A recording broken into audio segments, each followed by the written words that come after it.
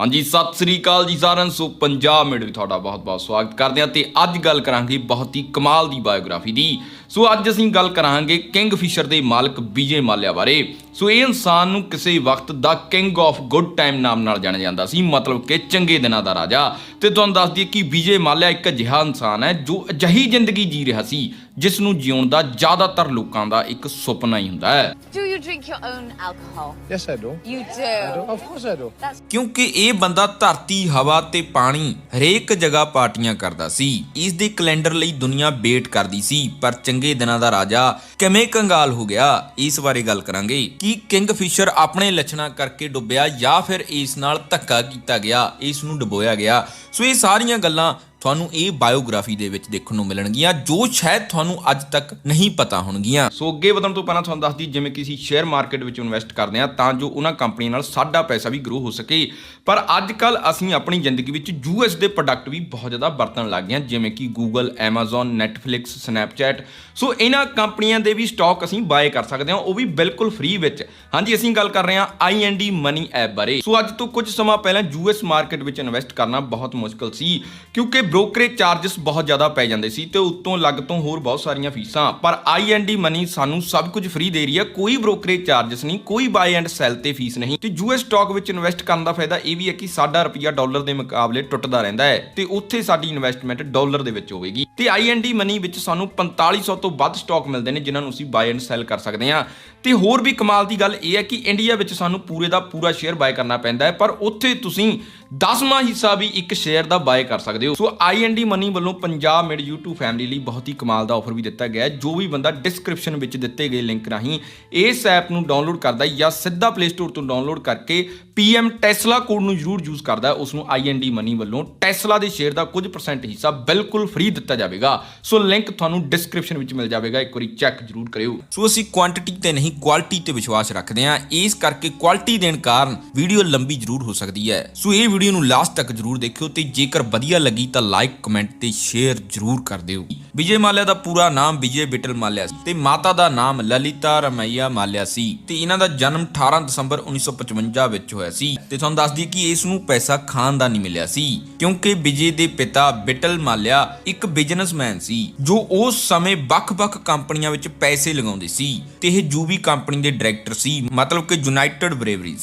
ਵਿਜੇ ਮਾਲਿਆ ਦੇ ਪਿਤਾ ਨੇ ਅਸਲੀ ਜ਼ਿੰਦਗੀ ਵਿੱਚ 3 ਵਿਆਹ ਕੀਤੇ ਸੀ। ਵਿਜੇ ਉਹਨਾਂ ਦੇ ਪਹਿਲੇ ਵਿਆਹ ਤੋਂ ਸੀ। ਵਿਜੇ ਦਾ ਬਚਪਨ ਕੋਈ ਬਹੁਤਾ ਐਸ਼ ਵਾਲਾ ਨਹੀਂ ਸੀ, ਪਰ 1983 ਨੂੰ ਜਦੋਂ ਵਿਜੇ ਦੇ ਪਿਤਾ ਦਾ ਦੇਹਾਂਤ ਦਿਲ ਦਾ ਦੌਰਾ ਪੈਣ ਕਾਰਨ ਹੋਇਆ ਤਾਂ ਰਾਤੋਂ ਰਾਤ ਵਿਜੇ ਯੂਬੀ ਕੰਪਨੀ ਦਾ ਚੇਅਰਮੈਨ ਬਣ ਗਿਆ ਤੇ ਹਾਲੇ ਇਸ ਕੰਪਨੀ ਦੀ ਨੈਟ ਵਰਥ ਸਿਰਫ 40 ਕਰੋੜ ਸੀ, ਜਦ ਕਿ ਹਾਲੇ ਵਿਜੇ ਅਮਰੀਕਾ ਦੇ ਵਿੱਚ ਸਟੱਡੀ ਕਰ ਰਿਹਾ ਸੀ। ਪਰ ਉੱਥੋਂ ਆ ਕੇ ਵਿਜੇ ਨੇ ਇਸ ਕੰਪਨੀ ਨੂੰ 6000 ਕਰੋੜ ਤੱਕ ਪਹੁੰਚਾ ਦਿੱਤਾ। ਵਿਜੇ ਨੇ ਬਰਜਰ ਪੇਂਟ, ਬੈਸਟ ਐਂਡ ਕ੍ਰੌਪਟਨ ਕੈਮੀਕਲ ਤੇ ਫਰਟੀਲਾਈਜ਼ਰ ਕੰਪਨੀਆਂ ਨੂੰ ਇਨਕੁਆਇਰ ਕੀਤਾ, ਪਰ ਵਿਜੇ ਦਾ ਅਸਲੀ ਇੰਟਰਸਟ ਲਿਕਰ ਬਿਜ਼ਨਸ ਵਿੱਚ ਸੀ ਤੇ ਯੂਬੀ ਲਿਮਟਿਡ ਵੀ ਲਿਕਰ ਦੀ ਹੀ ਇੱਕ ਕੰਪਨੀ ਸੀ ਜਿਸ ਦੇ ਅੰਡਰ ਇਸ ਦੇ ਪਿਤਾ ਦਾ ਬ੍ਰਾਂਡ ਕਿੰਗਫਿਸ਼ਰ ਆਉਂਦਾ ਸੀ। ਇਸ ਨੇ ਆਪਣੇ ਪਿਤਾ ਦੇ ਬਿਜ਼ਨਸ ਤੇ ਜ਼ਿਆਦਾ ਧਿਆਨ ਦੇਣਾ ਸ਼ੁਰੂ ਕੀਤਾ ਤਾਂ ਕਿ ਉਸ ਨੂੰ ਜ਼ਿਆਦਾ ਫੈਲਾ ਸਕੇ ਤੇ ਫੇਮਸ ਕਰ ਸਕੇ। ਤੇ ਜੋ ਵਿਜੇ ਮਾਲਿਆ ਨੇ ਕੰਪਨੀਆਂ ਐਕਵਾਇਰ ਕੀਤੀਆਂ ਸੀ ਉਹਨਾਂ ਤੋਂ ਧਿਆਨ ਹਟਾ ਕੇ ਦਾਰੂ ਵੇਚਣ ਤੇ ਧਿਆਨ ਦੇਣਾ ਸ਼ੁਰੂ ਕਰ ਦਿੱਤਾ। ਪਰ ਉਸ ਸਮੇਂ ਭਾਰਤ ਵਿੱਚ ਸ਼ਰਾਬ ਪੀਣਾ ਬਹੁਤ ਬੁਰਾ ਤੇ ਅੰਗਰੇਜ਼ਾਂ ਦਾ ਕੰਮ ਸਮਝਿਆ ਜਾਂਦਾ ਸੀ, ਜਿਸ ਨੂੰ ਦੇਖਦੇ ਹੋਏ ਵਿਜੇ ਮਾਲਿਆ ਨੇ ਸੋਚਿਆ ਕਿ ਇਹ ਮੌਕਾ ਹੈ ਸ਼ਰਾਬ ਲੋਕਾਂ ਵਿੱਚ ਲਿਆਉਣ ਦਾ। ਇਸ ਤੋਂ ਪਹਿਲਾਂ ਸ਼ਰਾਬ ਪੀਤੀ ਜਾਂਦੀ ਸੀ, ਪਰ ਇਸ ਸੈਕਟਰ ਵਿੱਚ ਵਿਜੇ ਨੇ ਕ੍ਰਾਂਤੀ ਲਿਆਂਦੀ। ਵਿਜੇ ਨੇ ਬੰਗਲੌਰ ਵਿੱਚ 1986 ਵਿੱਚ ਇੱਕ ਪਬ ਸ਼ੁਰੂ ਕੀਤਾ। ਪੂਰੇ ਭਾਰਤ ਵਿੱਚ ਬੰਗਲੌਰ ਹੀ ਇਕੱਲਾ ਅਜਿਹਾ ਸ਼ਹਿਰ ਸੀ ਜਿੱਥੇ ਡ੍ਰੌਪ ਬੀਅਰ ਸ਼ੁਰੂ ਹੋਇਆ। ਉਸ ਸਮੇਂ ਇਹ ਬੰਗਲੌਰ ਵਿੱਚ ਹੀ ਮਿਲਦਾ ਸੀ ਤੇ ਉੱਥੋਂ ਕਿੰਗਫਿਸ਼ਰ ਸ਼ੁਰੂ ਹੋਇਆ ਤੇ 5 ਸਾਲ ਬਾਅਦ 1991 ਤੱਕ ਬੰਗਲੌਰ ਵਿੱਚ 40 ਪਬ ਬਣ ਗਏ। ਤੇ ਇਸ ਚੀਜ਼ ਤੇ ਬਹੁਤ ਸਾਰੇ ਪੋਲੀਟੀਸ਼ੀਅਨਾਂ ਨੇ ਸਵਾਲ ਵੀ ਕੀਤਾ ਕਿ ਇਹ ਸਾਡੀ ਸੰਸਕ੍ਰਿਤੀ ਨਹੀਂ ਹੈ, ਪਰ ਵਿਜੇ ਹੁਣ ਤਰੱਕੀ ਦੇ ਰਾਹ ਤੇ ਸੀ, ਉਹ ਕਿਸੇ ਦੀ ਵੀ ਨਹੀਂ ਸੁਣ ਰਿਹਾ ਸੀ।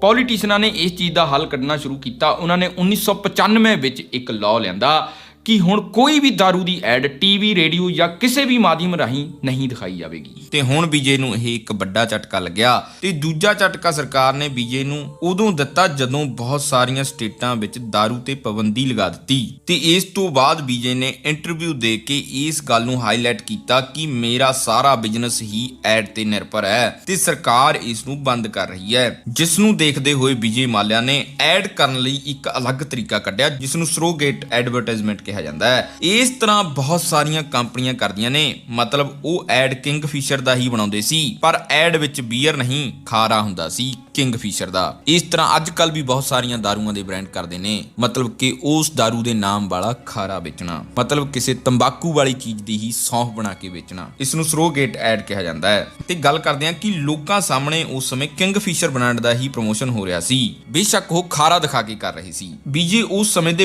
ਵੱਡੇ ਸਟਾਰਾਂ ਨੂੰ ਪਾਰਟੀ ਤੇ ਇਨਵਾਈਟ ਕਰਦਾ ਰਿਹਾ ਤਾਂ ਜੋ ਉਹਨਾਂ ਤੋਂ ਇਨਡਾਇਰੈਕਟ ਐਡ ਕਰਵਾ ਸਕੇ। ਬੀਜੇ ਨੇ ਇਹ ਸੋਚਿਆ ਸੀ ਕਿ ਉਹ ਇੰਡੀਆ ਦੇ ਲੋਕਾਂ ਨੂੰ ਪੀਣੇ ਦਾ, ਨੱਚਣ ਗਾਉਣ ਵਾਲਾ ਤੇ ਖੁਸ਼ ਰਹਿਣ ਦਾ ਕਲਚਰ ਵੇਚੇਗਾ ਜੋ ਇੰਡੀਆ ਦੇ ਲੋਕਾਂ ਨੇ ਪਹਿਲਾਂ ਨਹੀਂ ਦੇਖਿਆ ਹੋਵੇਗਾ। Endeavor is not mandatory, my friend. It is mandatory. No, it is not.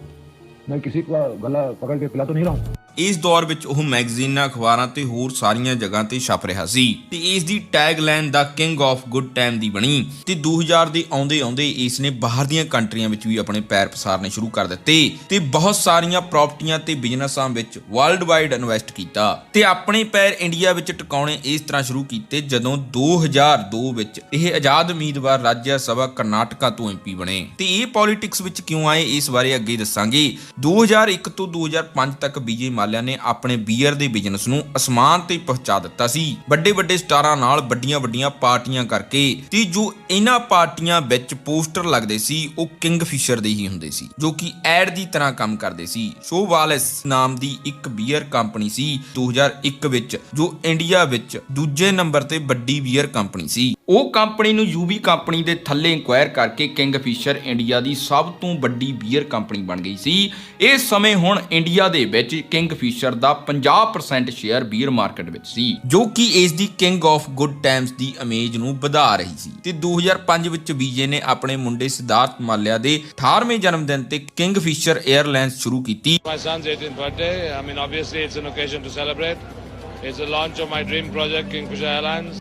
ਜਿਸ ਨੂੰ ਬਹੁਤ ਸਾਰੇ ਲੋਕ ਸੈਰੋਗੈਂਟ ਐਡ ਹੀ ਕਹਿੰਦੇ ਸੀ, ਮਤਲਬ ਵਿਜੇ ਆਪਣੀ ਬੀਅਰ ਦੀ ਐਡ ਜਹਾਜ਼ ਤੇ ਕਰਨ ਲੱਗਿਆ। ਪਰ ਵਿਜੇ ਮਾਲਿਆ ਇਸ ਗੱਲ ਨੂੰ ਨਹੀਂ ਮੰਨਦਾ ਸੀ। ਉਹ ਕਹਿੰਦਾ ਸੀ ਕਿ ਮੈਂ ਆਪਣਾ ਲਾਈਫ ਸਟਾਈਲ ਫੈਲਾ ਰਿਹਾ ਹਾਂ। Kingfisher की recognition थी। Kingfisher beer. No, as a lifestyle. ਤੇ ਇਹ 에ਅਰਲਾਈਨ ਲੋ ਕਾਸਟ 에ਅਰਲਾਈਨ ਸੀ ਜੋ ਕਿ ਮਿਡਲ ਕਲਾਸ ਲੋਕਾਂ ਲਈ ਬਣਾਈ ਗਈ ਸੀ ਤੇ ਇਸ ਦਾ ਲਾਂਚ ਬਹੁਤ ਹੀ ਗ੍ਰੈਂਡ ਤਰੀਕੇ ਨਾਲ ਕੀਤਾ ਗਿਆ। ਇਸ ਵਿੱਚ ਖਾਣ ਪੀਣ ਦੀ ਸੁਵਿਧਾ ਨਹੀਂ ਦਿੱਤੀ ਗਈ ਕਿਉਂਕਿ ਵਿਜੇ ਦਾ ਕਹਿਣਾ ਸੀ ਕਿ ਅਸਲ ਵਿੱਚ ਆਮ ਜਨਤਾ ਦੀ ਜ਼ਰੂਰਤ ਹਵਾਈ ਜਹਾਜ਼ ਵਿੱਚ ਸਿਰਫ ਇੱਕ ਥਾਂ ਤੋਂ ਦੂਜੀ ਥਾਂ ਤੱਕ ਜਾਣਾ ਹੈ, ਨਾ ਕਿ ਉਸ ਵਿੱਚ ਬੈਠ ਕੇ ਵਧੀਆ ਖਾਣਾ ਖਾਣਾ ਜਿਸ ਕਰਕੇ ਉਸ ਨੂੰ ਜ਼ਿਆਦਾ ਪੈਸੇ ਦੇਣੇ ਪੈਣ। ਸੋ ਇਹ ਉਸ ਦੀ ਇੱਕ ਬਹੁਤ ਵਧੀਆ ਸੋਚ ਸੀ ਜੋ ਕਿ ਲੋਕਾਂ ਨੂੰ ਪਸੰਦ ਵੀ ਆਈ ਤੇ ਇਹ ਹੋਰ ਵੀ ਰੇਟ ਘਟਾਉਣ ਲੱਗੇ ਕਿਉਂਕਿ ਇਹ ਇੰਡੀਆ ਵਿੱਚ ਚੱਲ ਰਹੀ ਸੀ। ਬਾਕੀ ਦੇਸ਼ਾਂ ਨਾਲੋਂ ਇਹਨਾਂ ਦੇ ਰੇਟ ਘੱਟ ਹੋ ਗਏ ਇਸ ਕਾਰਨ ਤੇ ਇਸ ਕਰਕੇ ਲੋਕਾਂ ਨੂੰ ਇਹ ਪਸੰਦ ਵੀ ਆਉਣ ਲੱਗੀ ਕਿਉਂਕਿ ਇਹ ਹਰ ਇੱਕ ਆਮ ਨਾਗਰਿਕ ਦੇ ਬਜਟ ਵਿੱਚ ਆ ਰਹੀ ਸੀ। ਇਹ ਵਿਜੇ ਮਾਲਿਆ ਦਾ ਡ੍ਰੀਮ ਪ੍ਰੋਜੈਕਟ ਸੀ। ਉਹ 에ਅਰ ਹੋਸਟਸ ਤੇ ਹੋਰ ਕੁੜੀਆਂ ਨੂੰ ਖੁਦ ਚੁਣਦਾ ਸੀ ਤੇ ਉਹਨਾਂ ਕੁੜੀਆਂ ਨੂੰ ਡਾਈਟ ਤੇ ਐਕਸਰਸਾਈਜ਼ ਲਈ ਟ੍ਰੇਨਰ ਦਿੱਤੇ ਗਏ ਸੀ ਜੋ ਕਿ ਉਹਨਾਂ ਦਾ ਫਿਗਰ ਮੇਨਟੇਨ ਕਰਨ ਵਿੱਚ ਮਦਦ ਕਰਦੇ ਸੀ ਕਿਉਂਕਿ ਵਿਜੇ ਨੇ ਆਪਣੀ 에ਅਰਲਾਈਨਸ ਵਿੱਚ 에ਅਰ ਹੋਸਟਸ ਨੂੰ ਸਾੜੀ ਦੀ ਜਗ੍ਹਾ ਸ਼ਾਰਟ ਡਰੈਸ ਪਹਿਨਾਉਂਦਾ ਸੀ। ਇਹ 에ਅਰਲਾਈਨ ਦੀ ਸ਼ੁਰੂਆਤ ਧਮਾਕੇਦਾਰ ਸੀ। ਭਾਰਤ ਦੇ ਲੋਕਾਂ ਨੇ ਇਸ ਤੋਂ ਪਹਿਲਾਂ ਅਜਿਹਾ ਕੁਝ ਵੀ ਨਹੀਂ ਦੇਖਿਆ। ਇਹ 에ਅਰਲਾਈਨ ਦੀ ਸਰਵਿਸ ਉਸ ਸਮੇਂ ਨੰਬਰ 1 ਸੀ। ਇਸ ਕਰਕੇ ਹੀ ਵਿਜੇ ਦੀ ਲਿਕਵਰ ਬਿਜ਼ਨਸਮੈਨ ਵਾਲੀ ਇਮੇਜ ਬਦਲਣ ਲੱਗੀ।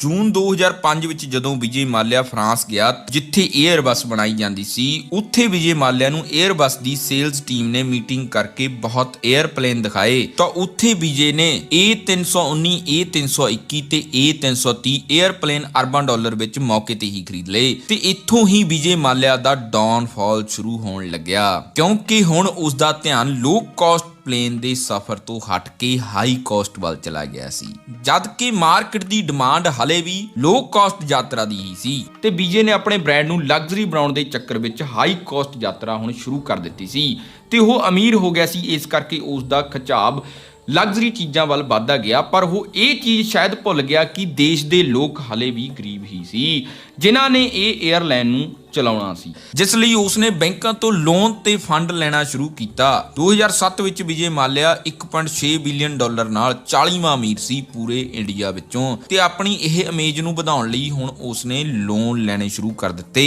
ਤੇ ਇਸ ਨੇ ਕੁੱਲ 17 ਬੈਂਕਾਂ ਤੋਂ 7000 ਕਰੋੜ ਰੁਪਇਆ ਲੋਨ ਲਿਆ ਜਿਸ ਵਿੱਚ ਸਭ ਤੋਂ ਵੱਧ SBI ਤੇ IDBI ਬੈਂਕ ਤੋਂ ਲਿਆ ਸੀ। ਵਿਜੇ ਦਾ ਸੁਪਨਾ ਹੁਣ ਲਗਜ਼ਰੀ ਤੇ ਇੰਡੀਆ ਤੋਂ ਬਾਹਰ ਇੰਟਰਨੈਸ਼ਨਲੀ ਉੱਡਣਾ ਸੀ ਜਿਸ ਦੇ ਲਈ ਉਸਨੇ ਇਹ ਲੋਨ ਲੋਨ ਦਾ ਪੈਸਾ ਪਾਣੀ ਵਾਂਗ ਬਹਾ ਦਿੱਤਾ ਤੇ ਹੁਣ ਲਗਜ਼ਰੀ ਐਕਸਪੀਰੀਅੰਸ ਲਈ ਜਹਾਜ਼ ਵਿੱਚ ਬਹੁਤ ਸਾਰੀਆਂ ਖਾਣ ਪੀਣ ਦੀਆਂ ਮਹਿੰਗੀਆਂ ਤੇ ਬੈਸਟ ਚੀਜ਼ਾਂ ਦੇਣੀਆਂ ਸ਼ੁਰੂ ਕਰ ਦਿੱਤੀਆਂ। ਬਿਲਕੁਲ ਜੋ ਉਸ ਦੇ ਬਿਆਨ ਸੀ ਉਹਨਾਂ ਤੋਂ ਉਲਟ ਕਰਨਾ ਸ਼ੁਰੂ ਕਰ ਦਿੱਤਾ ਤੇ ਇੰਟਰਨੈਸ਼ਨਲ ਜਹਾਜ਼ ਉਡਾਉਣ ਲਈ ਉਸਨੇ 에ਅਰ ਡੈਕਨ ਨਾਮ ਦੀ 에ਅਰਲਾਈਨ ਖਰੀਦੀ ਜੋ ਕਿ ਉਸ ਸਮੇਂ ਘਾਟੇ ਵਿੱਚ ਚੱਲ ਰਹੀ ਸੀ। ਪਰ ਵਿਜੇ ਨੇ ਇਸ 에ਅਰਲਾਈਨ ਲਈ ਵੀ ਬਹੁਤ ਜ਼ਿਆਦਾ ਪੈਸੇ ਦੇ ਦਿੱਤੇ ਜੋ ਕਿ ਹੁਣ ਉਸ ਦੀਆਂ ਮੁਸ਼ਕਲਾਂ ਨੂੰ ਵਧਾਉਣ ਵਾਲੇ ਸੀ। 에ਅਰ ਡੈਕਨ ਦਾ ਨਾਮ ਬਦਲ ਕੇ ਵਿਜੇ ਨੇ ਕਿੰਗਫਿਸ਼ਰ ਰੈੱਡ ਰੱਖ ਦਿੱਤਾ ਤੇ ਪਹਿਲੀ 에ਅਰਲਾਈਨ ਦਾ ਨਾਮ ਕਿੰਗਫਿਸ਼ਰ ਹੀ ਸੀ ਤੇ 2008 ਵਿੱਚ ਲੋਕ ਦੋਨਾਂ 에ਅਰਲਾਈਨ ਵਿੱਚ ਕਨਫਿਊਜ਼ ਹੋਣ ਲੱਗੇ ਕਿਉਂਕਿ ਇੱਕ ਮਹਿੰਗੀ ਸੀ ਤੇ ਇੱਕ ਥੋੜੀ ਸਸਤੀ ਸੀ, ਜਿਸ ਕਰਕੇ ਲੋਕਾਂ ਨੇ ਦੋਨਾਂ ਨੂੰ ਛੱਡ ਕੇ 에ਅਰ ਇੰਡੀਆ ਨੂੰ ਚੁਣਨਾ ਪਸੰਦ ਕਰ ਦਿੱਤਾ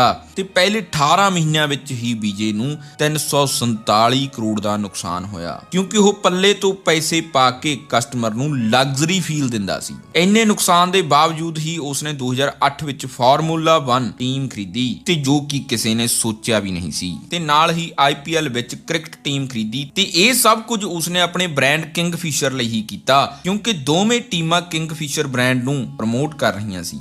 I am extremely confident that it's going to be one of the most successful ventures of UB Group. ਤੇ ਇਹਨਾਂ ਥਾਵਾਂ ਤੇ ਸਾਰਾ ਪੈਸਾ ਲੋਨ ਦਾ ਹੀ ਲੱਗ ਰਿਹਾ ਸੀ ਤੇ ਹੁਣ ਇੱਕ ਤਾਂ ਇਸ ਤੇ ਪਹਿਲਾਂ ਹੀ ਮਾੜਾ ਦੌਰ ਚੱਲ ਰਿਹਾ ਸੀ ਤੇ ਉੱਤੋਂ 2008 ਵਿੱਚ US ਰਿਸੈਸ਼ਨ ਆ ਗਿਆ ਜਿਸ ਨਾਲ ਪੂਰੀ ਦੁਨੀਆ ਦੇ ਬਿਜ਼ਨਸ ਅਫੈਕਟ ਹੋ ਗਏ ਤੇ ਹੁਣ ਇਸ ਦਾ ਉੱਠਣਾ ਬਹੁਤ ਮੁਸ਼ਕਲ ਸੀ ਕਿਉਂਕਿ ਲੋਕਾਂ ਨੇ ਟਰੈਵਲ ਕਰਨਾ ਹੀ ਬੰਦ ਕਰ ਦਿੱਤਾ ਸੀ ਤੇ ਇਹ US ਦੀ ਰਿਸੈਸ਼ਨ ਬਾਰੇ ਪੂਰੇ ਇੱਕ ਅਲੱਗ ਵੀਡੀਓ ਵਿੱਚ ਤੁਹਾਨੂੰ ਸਮਝਾਵਾਂਗੇ। 2009 ਵਿੱਚ ਵਿਜੇ ਆਪਣੀ 에ਅਰਲਾਈਨਸ ਵਿੱਚ ਸਰਵਿਸ ਤਾਂ ਲਗਜ਼ਰੀ ਦੇ ਰਿਹਾ ਸੀ ਪਰ ਉਸ ਤੋਂ ਰੋਜ਼ਾਨਾ ਦੇ ਖਰਚ ਜਿੰਨੇ ਪੈਸੇ ਵੀ ਨਹੀਂ ਕਮਾ ਹੋ ਰਹੇ ਸੀ ਤੇ ਹੁਣ ਸਮਝੋ ਉਹ ਇੱਕ ਦਲਦਲ ਵਿੱਚ ਫਸ ਚੁੱਕਿਆ ਹੈ ਜਿੱਥੋਂ ਉਸ ਲਈ ਬਾਹਰ ਆਉਣਾ ਹੁਣ ਮੁਸ਼ਕਲ ਹੋ ਰਿਹਾ ਹੈ। ਬੈਂਕਾਂ ਤੋਂ ਲੋਨ ਲੈਣ ਤੋਂ ਇਲਾਵਾ ਉਸ ਕੋਲ ਕੋਈ ਆਪਸ਼ਨ ਨਹੀਂ ਬਚਿਆ ਸੀ। ਉਸਨੇ ਫਿਰ ਤੋਂ IDBI ਬੈਂਕ ਤੋਂ 1400 ਕਰੋੜ ਦੇ ਕਰੀਬ ਕਰਜ਼ ਲਿਆ ਤੇ ਇਹ ਲੋਨ ਲੈਂਦਾ ਸੀ 에ਅਰਲਾਈਨ ਨੂੰ ਚਲਾਉਣ ਲਈ ਪਰ ਵਰਤ ਉਹਨਾਂ ਪੈਸਿਆਂ ਨੂੰ ਕਿਸੇ ਹੋਰ ਜਗ੍ਹਾ ਤੇ ਰਿਹਾ ਸੀ, ਕਿਸੇ ਹੋਰ ਥਾਂ ਇਨਵੈਸਟ ਕਰਨ ਲਈ ਜਿਵੇਂ ਬਾਹਰਲੇ ਦੇਸ਼ਾਂ ਵਿੱਚ ਮਹਿਲ ਜਾਇਦਾਦ ਖਰੀਦ ਕੇ ਆਪਣੀਆਂ ਟੀਮਾਂ ਤੇ ਵਿਜੇ ਨੇ ਇਹ ਪੈਸਾ ਖਰਚ ਕੀਤਾ। ਵਿਜੇ ਨੇ ਆਪਣਾ ਪੈਸਾ ਯੂਰਪ ਵਿੱਚ ਇਨਵੈਸਟ ਵੀ ਕੀਤਾ ਤੇ ਬੈਂਕਾਂ ਤੋਂ ਲੋਨ ਇਹ ਆਪਣੇ ਫਿਊਚਰ ਪਲਾਨ ਤੇ ਨੰਬਰ ਦਿਖਾ ਕੇ ਲੈਂਦਾ ਸੀ ਤੇ ਇਸ ਦੇ ਲਈ ਇਸ ਨੇ ਬੈਂਕ ਕਰਮਚਾਰੀਆਂ ਨੂੰ ਕਰੋੜਾਂ ਰੁਪਏ ਰਿਸ਼ਵਤ ਵੀ ਦਿੱਤੀ ਪਰ ਅਸਲ ਵਿੱਚ ਵਿਜੇ ਕਰਪਸ਼ਨ ਦੇ ਜ਼ਰੀਏ ਬੈਂਕਾਂ ਤੋਂ ਲੋਨ ਲੈਂਦਾ ਰਿਹਾ ਤੇ ਹੁਣ ਇਹ ਬੈਂਕ ਲੋਨ ਥੱਲੇ ਦਬਦਾ ਜਾ ਰਿਹਾ ਸੀ ਤੇ 2010 ਦੀ ਇੱਕ ਰਿਪੋਰਟ ਅਨੁਸਾਰ ਇਹ ਤਾਂ ਪਤਾ ਲੱਗਣ ਲੱਗ ਗਿਆ ਸੀ ਕਿ ਕਿੰਗਫਿਸ਼ਰ ਤੇ UB ਗਰੁੱਪ ਦਿਵਾਲੀਆ ਹੋ ਰਹੇ ਨੇ ਪਰ ਲੋਕ ਇਹਨਾਂ ਨੂੰ ਮੰਨਣ ਲਈ ਤਿਆਰ ਨਹੀਂ ਸੀ। ਉਹਨਾਂ ਨੂੰ ਭਰੋਸਾ ਸੀ ਕਿ ਵਿਜੇ ਮਾਲਿਆ ਕੁਝ ਨਾ ਕੁਝ ਕਰਕੇ ਇਸ ਚੀਜ਼ ਤੇ ਕਾਬੂ ਪਾ ਲਵੇਗਾ, ਇਸ ਚੀਜ਼ ਨੂੰ ਠੀਕ ਕਰ ਦੇਵੇਗਾ ਪਰ US ਰਿਸੈਸ਼ਨ ਕਾਰਨ ਜਹਾਜ਼ਾਂ ਦਾ ਤੇਲ ਵੀ ਮਹਿੰਗਾ ਹੋ ਗਿਆ ਸੀ ਜੋ ਕਿ ਵਿਜੇ ਲਈ ਬਹੁਤ ਵੱਡੀ ਇੱਕ ਹੋਰ ਮੁਸੀਬਤ ਖੜੀ ਕਰ ਰਿਹਾ ਸੀ ਕਿਉਂਕਿ ਉਸ ਦਾ ਪਲੇਨ ਪਹਿਲਾਂ ਤੋਂ ਹੀ ਲਾਸ ਵਿੱਚ ਚੱਲ ਰਿਹਾ ਸੀ ਤੇ ਉੱਤੋਂ ਤੇਲ $48 ਤੋਂ $130 ਤੱਕ ਹੋ ਗਿਆ ਸੀ। 2011 ਵਿੱਚ ਵਿਜੇ ਨੂੰ ਇੰਡੀਅਨ ਆਇਲ ਨੇ ਉਧਾਰ ਫਿਊਲ ਦੇਣਾ ਬੰਦ ਕਰ ਦਿੱਤਾ। ਇੰਨੀ ਵੱਡੀ 에ਅਰਲਾਈਨ ਨੂੰ ਬਿਨਾਂ ਪੈਸੇ ਤੋਂ ਕੁਝ ਵੀ ਨਹੀਂ ਮਿਲ ਰਿਹਾ ਸੀ ਕਿਉਂਕਿ ਇਹਨਾਂ ਦੇ ਸਿਰ ਤੇ ਆਧਾਰ ਖੜ ਹੀ ਬਹੁਤ ਗਿਆ ਸੀ। ਅਗਲਾ ਹੁਣ ਕਿੰਨੀ ਕੁ ਵਾਰ ਦੇਈ ਜਾਵੇਗਾ। ਪਲੇਨ ਵਿੱਚ ਯਾਤਰੀਆਂ ਲਈ ਖਾਣਾ ਨਹੀਂ ਪਹੁੰਚ ਰਿਹਾ ਸੀ ਤੇ ਕਿੰਗਫਿਸ਼ਰ ਦੇ ਸਟਾਫ ਨੂੰ ਤਨਖਾਹਾਂ ਨਹੀਂ ਮਿਲ ਰਹੀਆਂ ਸੀ। ਸਭ ਕੁਝ ਕੰਟਰੋਲ ਤੋਂ ਬਾਹਰ ਹੋ ਗਿਆ। ਕਿੰਗਫਿਸ਼ਰ ਹੁਣ $1165 ਮਿਲੀਅਨ ਦੇ ਘਾਟੇ ਵਿੱਚ ਚਲਾ ਗਿਆ। ਇਸ ਸਮੇਂ ਕਿੰਗਫਿਸ਼ਰ ਕਿਸੇ ਨੂੰ ਪੇਮੈਂਟ ਨਹੀਂ ਕਰ ਪਾ ਰਿਹਾ। ਪੂਰੇ ਦੇਸ਼ ਵਿੱਚ ਅਲੱਗ-ਅਲੱਗ ਥਾਵਾਂ ਤੇ ਕਿੰਗਫਿਸ਼ਰ ਨਾਲ ਜੁੜੇ ਲੋਕ ਅੰਦੋਲਨ ਤੇ ਆ ਗਏ। EMPLOYE ਆਪਣੀ ਤਨਖਾਹ ਲਈ ਵਿਜੇ ਨੂੰ ਚਿੱਠੀਆਂ ਪਾਉਣ ਲੱਗ ਪਏ। ਵਿਜੇ ਬੈਂਕਾਂ ਦੇ ਗੇੜੇ ਕੱਢ ਰਿਹਾ ਸੀ ਆਪਣੀ 에ਅਰਲਾਈਨ ਨੂੰ ਬਚਾਉਣ ਲਈ ਤੇ ਦੱਸ ਦਈਏ ਕਿ ਆਪਣੇ ਸਟਾਫ ਨੂੰ ਸੈਲਰੀ ਨਾ ਦੇਣਾ US ਵਿੱਚ ਬਹੁਤ ਵੱਡਾ ਅਪਰਾਧ ਹੈ ਤੇ ਮਾਲਕ ਨੂੰ ਜੇਲ੍ਹ ਵੀ ਹੋ ਸਕਦੀ ਹੈ ਪਰ ਭਾਰਤ ਵਿੱਚ ਇਸ ਤਰ੍ਹਾਂ ਨਹੀਂ ਹੈ। ਬਹੁਤ ਲੋਕ ਪੈਸੇ ਦੀ ਤੰਗੀ ਕਾਰਨ ਵਿਜੇ ਨੂੰ ਸੁਸਾਈਡ ਨੋਟ ਲਿਖ ਕੇ ਸੁਸਾਈਡ ਵੀ ਕਰ ਰਹੇ ਸੀ। ਹਾਲਾਤ ਦਿਨ ਬ ਦਿਨ ਬਹੁਤ ਜ਼ਿਆਦਾ ਵਿਗੜ ਰਹੇ ਸੀ ਤੇ ਭਾਰਤ ਵਿੱਚ ਇਸ ਚੀਜ਼ ਦੀ ਸਜ਼ਾ ਨਾ ਹੋਣ ਕਰਕੇ ਉਹ ਸਟਾਫ ਨੂੰ ਪੈਸੇ ਨਹੀਂ ਦੇ ਰਿਹਾ ਸੀ ਜਦ ਕਿ ਬਾਹਰਲੇ ਦੇਸ਼ਾਂ ਵਿੱਚ ਆਪਣੇ ਸਟਾਫ ਨੂੰ ਕਿੰਗਫਿਸ਼ਰ ਨੇ ਤਨਖਾਹਾਂ ਦੇ ਦਿੱਤੀਆਂ ਸੀ। ਲੋਕਾਂ ਦਾ ਕਹਿਣਾ ਸੀ ਕਿ ਵਿਜੇ ਦੀ ਕੰਪਨੀ ਕੋਲ ਪੈਸਾ ਨਹੀਂ ਹੈ ਪਰ ਉਸਦੇ ਖੁਦ ਕੋਲ ਤਾਂ ਆਪਣੀ ਜਾਇਦਾਦ ਹੈ, ਉਸ ਨੂੰ ਵੇਚ ਕੇ ਉਹ ਪੈਸੇ ਦੇ ਦੇਵੇ ਪਰ ਵਿਜੇ ਨੇ ਕਿਸੇ ਦੀ ਨਾ ਸੁਣੀ। ਪਰ ਆਖਰਕਾਰ 2012 ਵਿੱਚ ਕਿੰਗਫਿਸ਼ਰ 에ਅਰਲਾਈਨ ਬੰਦ ਹੋ ਗਈ। ਵਿਜੇ ਤੇ ਕੇਸ ਪੈਣੇ ਸ਼ੁਰੂ ਹੋ ਗਏ। ਉਸ ਤੇ ਨਕਲੀ ਪੇਪਰ ਦਿਖਾ ਕੇ ਬੈਂਕਾਂ ਤੋਂ ਲੋਨ ਲੈਣਾ, ਕਿੰਗਫਿਸ਼ਰ ਲਈ ਲੋਨ ਲੈ ਕੇ ਹੋਰ ਬ੍ਰਾਂਡ ਤੇ ਜਾਇਦਾਦ ਵਿੱਚ ਪੈਸੇ ਲਾਉਣੇ, ਮਤਲਬ ਮਨੀ ਲਾਂਡਰਿੰਗ ਤੇ ਹੋਰ ਬਹੁਤ ਸਾਰੇ ਕੇਸ ਉਸ ਉੱਤੇ ਹਰ ਰੋਜ਼ ਪੈ ਰਹੇ ਸੀ। ਪਰ 2015 ਵਿੱਚ 18 ਦਸੰਬਰ ਨੂੰ ਉਸਨੇ ਗੋਆ ਵਿੱਚ ਆਪਣੇ ਮਹਿਲ ਵਿੱਚ ਪਾਰਟੀ ਕੀਤੀ। ਇਹ ਉਸ ਦਾ 60ਵਾਂ ਜਨਮ ਦਿਨ ਸੀ ਪਰ ਇਸ ਪਾਰਟੀ ਤੇ ਉਸਨੇ ਬਹੁਤ ਵੱਡੇ ਲੋਕ ਇਨਵਾਈਟ ਕਰ ਲਏ ਤੇ ਇਹ ਜਨਮ ਦਿਨ ਤੇ ਉਸਨੇ ਸਪੇਨ ਦੇ ਸਿੰਗਰ ਐਨਰੀਕੇ ਐਗਲੇਸੀਅਸ ਨੂੰ ਬੁਲਾਇਆ ਸੀ ਤੇ ਇਹ ਪਾਰਟੀ ਉਸ ਸਮੇਂ ਬਹੁਤ ਵਿਵਾਦਾਂ ਵਿੱਚ ਆ ਰਹੀ ਸੀ ਕਿਉਂਕਿ 2015 ਤੱਕ 900 ਕਿੰਗਫਿਸ਼ਰ EMPLOYE ਨੂੰ ਸੈਲਰੀ ਨਹੀਂ ਮਿਲੀ ਸੀ। ਪਰ ਵਿਜੇ ਮਾਲਿਆ ਆਪ ਖੁਦ ਪੈਸੇ ਉਡਾ ਰਿਹਾ ਸੀ। ਇਹ ਪਾਰਟੀ ਇੱਕ ਤਰ੍ਹਾਂ ਉਹਨਾਂ ਲੋਕਾਂ ਦੇ ਜ਼ਖਮਾਂ ਤੇ ਲੂਣ ਛਿੜਕਣ ਵਾਂਗ ਸੀ ਕਿਉਂਕਿ ਇਹ ਪਾਰਟੀ ਤੱਕ ਕਿੰਗਫਿਸ਼ਰ ਦੇ 900 EMPLOYEਜ਼ ਨੂੰ ਸੈਲਰੀ ਨਹੀਂ ਮਿਲੀ ਸੀ ਤੇ ਉਹ ਇਹ ਸੋਚ ਕੇ ਚੁੱਪ ਸੀ ਕਿ ਵਿਜੇ ਦਾ ਮਾੜਾ ਦੌਰ ਚੱਲ ਰਿਹਾ ਹੈ, ਜਦੋਂ ਉਸ ਕੋਲ ਪੈਸੇ ਆ ਜਾਣਗੇ ਉਹ ਸਾਨੂੰ ਸੈਲਰੀਆਂ ਦੇ ਦੇਵੇਗਾ। ਪਰ ਜਦੋਂ ਉਸਨੇ ਆਪਣੀ ਇਆਸ਼ੀ ਵਾਲੀ ਇਹ ਪਾਰਟੀ ਕੀਤੀ ਤਾਂ ਲੋਕਾਂ ਦੇ ਜ਼ਖਮਾਂ ਤੇ ਨੂਣ ਛਿੜਕਣ ਵਾਲਾ ਕੰਮ ਸੀ ਕਿਉਂਕਿ ਉਹਨਾਂ ਨੂੰ ਇੱਕ ਗੱਲ ਦਾ ਪਤਾ ਲੱਗ ਗਿਆ ਸੀ ਕਿ ਕੰਪਨੀ ਫੇਲ ਹੋਈ ਹੈ, ਇਹ ਆਪ ਫੇਲ ਨਹੀਂ ਹੋਇਆ, ਇਸ ਕੋਲ ਬਹੁਤ ਸਾਰੇ ਪੈਸੇ ਨੇ, ਇਸ ਨੂੰ ਜੇਕਰ ਸਾਡੇ ਨਾਲ ਹਮਦਰਦੀ ਹੁੰਦੀ ਤਾਂ ਸਾਡੀ ਪਹਿਲਾਂ ਸੈਲਰੀ ਦਿੰਦਾ, ਉਸ ਤੋਂ ਬਾਅਦ ਪਾਰਟੀਆਂ ਕਰਦਾ। ਸੋ ਇਹ ਉਸ ਲਈ ਇੱਕ ਹੋਰ ਵੱਡੀ ਮੁਸੀਬਤ ਬਣ ਗਈ ਜੋ ਉਸਨੇ ਇਹ ਪਾਰਟੀ ਦਿੱਤੀ ਸੀ। ਕਹਿਣ ਦਾ ਮਤਲਬ ਕਿ ਵਿਜੇ ਦੀ ਇਹ ਪਾਰਟੀ ਤੋਂ ਬਾਅਦ ਪਾਣੀ ਉਸ ਦੇ ਸਿਰ ਤੋਂ ਉੱਤੇ ਲੰਘ ਗਿਆ। ਵਿਜੇ ਇਸ ਸਮੇਂ ਬਹੁਤ ਸਾਰੇ ਕੱਪੜਿਆਂ ਦੇ ਕੇਸ ਵਿੱਚ ਫਸਿਆ ਹੋਇਆ ਸੀ ਤੇ ਵਿਜੇ ਇਹਨਾਂ ਬੈਂਕਾਂ ਦੇ ਪੈਸੇ ਸੈਟਲਮੈਂਟ ਦੇ ਰੂਪ ਵਿੱਚ ਦੇਣਾ ਚਾਹੁੰਦਾ ਸੀ ਜੋ ਕਿ ਬੈਂਕਾਂ ਨੇ ਲੈਣ ਤੋਂ ਮਨਾ ਕਰ ਦਿੱਤਾ, ਜਿਸ ਤੋਂ ਬਾਅਦ ਵਿਜੇ ਮਾਲਿਆ ਨੇ ਨਵਾਂ ਪਲਾਨ ਬਣਾਇਆ ਜੋ ਕਿ ਕਾਫੀ ਸੁਰਖੀਆਂ ਵਿੱਚ ਰਿਹਾ। 1 ਮਾਰਚ 2016 ਨੂੰ ਵਿਜੇ MP ਹੋਣ ਦੇ ਨਾਤੇ ਰਾਜ ਸਭਾ ਵਿੱਚ ਗਏ, ਜਿਸ ਨੂੰ ਬਹੁਤ ਸਾਰੇ ਲੋਕ ਇੱਕ ਚਾਲ ਵੀ ਕਹਿੰਦੇ ਨੇ ਕਿਉਂਕਿ 2 ਮਾਰਚ 2016 ਨੂੰ ਵਿਜੇ ਮਾਲਿਆ ਇਹ ਦੇਸ਼ ਛੱਡ ਕੇ UK ਚਲਾ ਗਿਆ ਸੀ ਤੇ ਤੁਹਾਨੂੰ ਦੱਸ ਦਈਏ ਕਿ ਵਿਜੇ ਉੱਤੇ ਲੁੱਕਆਊਟ ਵਾਰੰਟ ਜਾਰੀ ਸੀ ਜਿਸ ਤਹਿਤ ਉਹ ਦੇਸ਼ ਤੋਂ ਬਾਹਰ ਨਹੀਂ ਜਾ ਸਕਦਾ ਸੀ ਤੇ ਜੇਕਰ ਉਹ ਜਾਣ ਦੀ ਕੋਸ਼ਿਸ਼ ਵੀ ਕਰਦਾ ਤਾਂ ਇਮੀਗ੍ਰੇਸ਼ਨ ਟੇਬਲ ਤੇ ਹੀ ਉਸ ਦੀ ਗ੍ਰਿਫਤਾਰੀ ਹੋ ਜਾਣੀ ਸੀ। ਪਰ ਫਿਰ ਵੀ ਵਿਜੇ ਇੰਡੀਆ ਤੋਂ ਬਾਹਰ ਗਿਆ ਤੇ ਇਕੱਲਾ ਨਹੀਂ, ਆਪਣੇ ਨਾਲ 55 ਸੂਟਕੇਸ ਵੀ ਲੈ ਕੇ ਗਿਆ। ਸੋ ਇੱਥੇ ਤੁਸੀਂ ਕੀ ਸਮਝ ਰਹੇ ਹੋ? ਸੋ ਇੱਥੇ ਸਮਝਦਾਰ ਨੂੰ ਇਸ਼ਾਰਾ ਕਾਫੀ ਹੈ। ਜੇਕਰ ਉਸ ਨੂੰ ਕੋਈ ਰੋਕਣਾ ਚਾਹੁੰਦਾ ਤਾਂ ਉਹ ਰੋਕਿਆ ਜਾ ਸਕਦਾ ਸੀ, ਪਰ ਸ਼ਾਇਦ ਉਸ ਦਾ ਕਿਸੇ ਨੇ ਬਚਾਅ ਕਰਨਾ ਸੀ ਜਾਂ ਫਿਰ ਉਸ ਦੇ ਸਿਰ ਤੇ ਕਿਸੇ ਨੇ ਆਪਣੀਆਂ ਵੋਟਾਂ ਬਣਾਉਣੀਆਂ ਸੀ।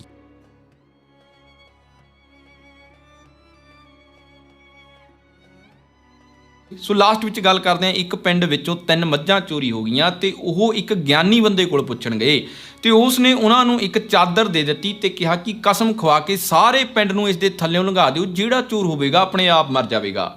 ਤੇ ਉਹਨਾਂ ਨੇ ਇਸ ਤਰ੍ਹਾਂ ਹੀ ਕੀਤਾ ਪਰ ਮਰਿਆ ਕੋਈ ਵੀ ਨਹੀਂ। ਕਿਉਂ ਨਹੀਂ ਮਰਿਆ? ਕਿਉਂਕਿ ਚੋਰਾਂ ਨੇ ਤਾਂ ਚਾਦਰ ਫੜੀ ਹੋਈ ਸੀ। ਸੋ ਇਹੋ ਹਾਲ ਸਾਡੇ ਦੇਸ਼ ਦਾ ਹੈ। ਜੋ ਵੀ ਬੰਦਾ ਡਿਸਕ੍ਰਿਪਸ਼ਨ ਵਿੱਚ ਦਿੱਤੇ ਗਏ ਲਿੰਕ ਰਾਹੀਂ ਇਸ ਐਪ ਨੂੰ ਡਾਊਨਲੋਡ ਕਰਦਾ ਜਾਂ ਸਿੱਧਾ ਪਲੇ ਸਟੋਰ ਤੋਂ ਡਾਊਨਲੋਡ ਕਰਕੇ PM ਟੈਸਲਾ ਕੋਡ ਨੂੰ ਜ਼ਰੂਰ ਯੂਜ਼ ਕਰਦਾ, ਉਸ ਨੂੰ IND ਮਨੀ ਵੱਲੋਂ ਟੈਸਲਾ ਦੇ ਸ਼ੇਅਰ ਦਾ ਕੁਝ % ਹਿੱਸਾ ਬਿਲਕੁਲ ਫ੍ਰੀ ਦਿੱਤਾ ਜਾਵੇਗਾ। ਸੋ ਲਿੰਕ ਤੁਹਾਨੂੰ ਡਿਸਕ੍ਰਿਪਸ਼ਨ ਵਿੱਚ ਮਿਲ ਜਾਵੇਗਾ, ਇੱਕ ਵਾਰੀ ਚੈੱਕ ਜ਼ਰੂਰ ਕਰਿਓ। ਸੋ ਜੇਕਰ ਤੁਹਾਨੂੰ ਇਹ ਵੀਡੀਓ ਵਧੀਆ ਲੱਗੀ ਤਾਂ ਲਾਈਕ ਤੇ ਕਮੈਂਟ ਕਰਕੇ ਜ਼ਰੂਰ ਦੱਸਿਓ ਤੇ ਨਾਲ ਦੀ ਨਾਲ ਇਹ ਵੀਡੀਓ ਨੂੰ ਵੱਧ ਤੋਂ ਵੱਧ ਸ਼ੇਅਰ ਜ਼ਰੂਰ ਕਰ ਦਿਓ ਤਾਂ ਜੋ ਇਨਫੋਰਮੇਸ਼ਨ ਜ਼ਿਆਦਾ ਤੋਂ ਜ਼ਿਆਦਾ ਲੋਕਾਂ ਤੱਕ ਪਹੁੰਚ ਸਕੇ। ਤੇ ਹਰ ਰੋਜ਼ ਮੋਟੀਵੇਸ਼ਨ ਦਾ ਡੋਜ਼ ਲੈਣ ਲਈ ਸਾਨੂੰ ਇੰਸਟਾਗ੍ਰਾਮ ਤੇ ਫੋਲੋ ਜ਼ਰੂਰ ਕਰਿਓ, ਉੱਥੇ ਹਰ ਰੋਜ਼ ਮੋਟੀਵੇਸ਼ਨ ਦਾ ਡੋਜ਼ ਮਿਲਦਾ ਹੈ। ਸੋ ਨਵੇਂ ਦੋਸਤਾਂ ਨੂੰ ਬੇਨਤੀ ਹੈ ਕਿ ਹੋ ਸਕੇ ਤਾਂ ਚੈਨਲ ਸਬਸਕ੍ਰਾਈਬ ਕਰ ਲਿਓ ਤੇ ਨਾਲ ਦੀ ਨਾਲ ਬੈਲ ਦਾ ਬਟਨ ਜ਼ਰੂਰ ਦੱਬ ਲਿਓ ਤਾਂ ਜੋ ਸਾਡੀ ਨਵੀਂ ਵੀਡੀਓ ਤੁਹਾਡੇ ਕੋਲ ਸਭ ਤੋਂ ਪਹਿਲਾਂ ਪਹੁੰਚ ਸਕੇ। ਥੈਂਕ ਯੂ, ਧੰਨਵਾਦ।